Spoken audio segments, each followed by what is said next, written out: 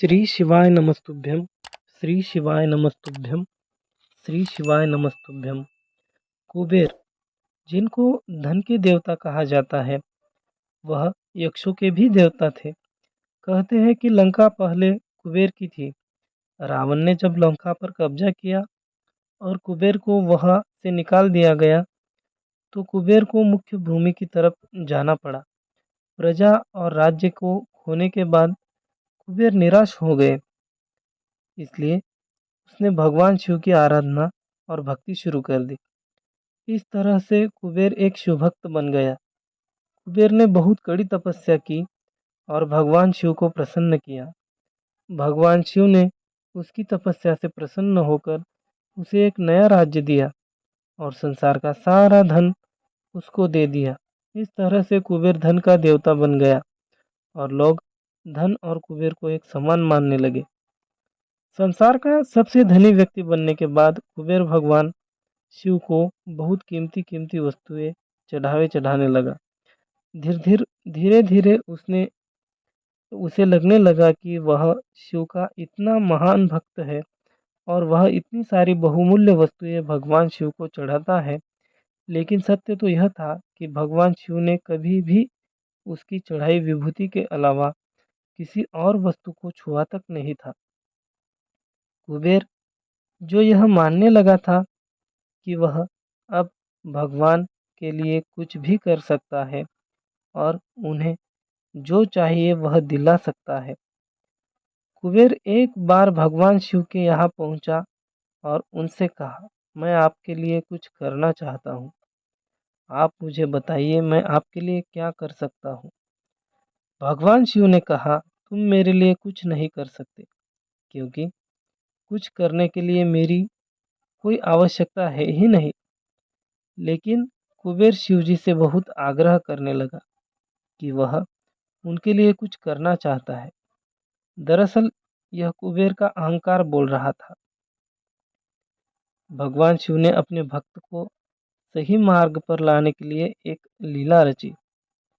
शिवजी ने कहा, देखो कुबेर, मुझे तो कुछ भी नहीं चाहिए। अगर तुम करना ही चाहते हो तो वह जो बालक है, शिवजी के शिवजी ने गणेश जी की तरफ उंगली दिखाते हुए कहा, वह हमेशा भूखा रहता है। उसे एक दिन अच्छे से पेट भर के खाना खिला दो, बस इतना ही मेरे लिए काफी होगा। कुबेर ने मन ही मन सोचा, भगवान ने तो मुझसे मांगा भी तो क्या, एक बच्चे को खाना खिलाना, बस यह सोचकर कुबेर जी गणेश जी को अपने साथ भोजन कराने के लिए ले गए। शुरू में कुबेर ने अपने कुछ रसोइयों द्वारा खाना बनाकर गणेश जी को स्वादिष्ट खाना परोसा। लेकिन उसने देखा कि गणेश जी खाते ही जा रहे हैं, तो उसने कई सैकड़ों रसोइयों को बुलाकर प्रचुर मात्रा में खाना बनाना शुरू रखा। एक तरफ खाना बनता जा रहा था और एक तरफ गणेश जी उसे खाते जा रहे थे। गणेश जी को इतना खाते देखकर कुबेर की चिंता बढ़ने लगी। कुबेर ने गणपति जी से कहा, प्रभु आप रुक जाइए, इतना ज़्यादा खाएंगे तो आपका पेट फट जाएगा। गणपति जी ने मुस्कुराते हुए कुबेर से कहा, आप मेरी चिंता मत कीजिए, आप अपना वचन पूरा कीजिए। मुझे भूख लगी है, मुझे खाना खिलाइए। कुबेर का अहंकार अब खत्म हो रहा था। कुबेर का अहंकार खत्म करने के लिए गणेश जी ने इतना खाना खाया कि कुबेर का सारा खजाना खत्म हो गया। यहाँ तक कि कुबेर को दूसरे लोगों से भी खाना मंगवाना पड़ा।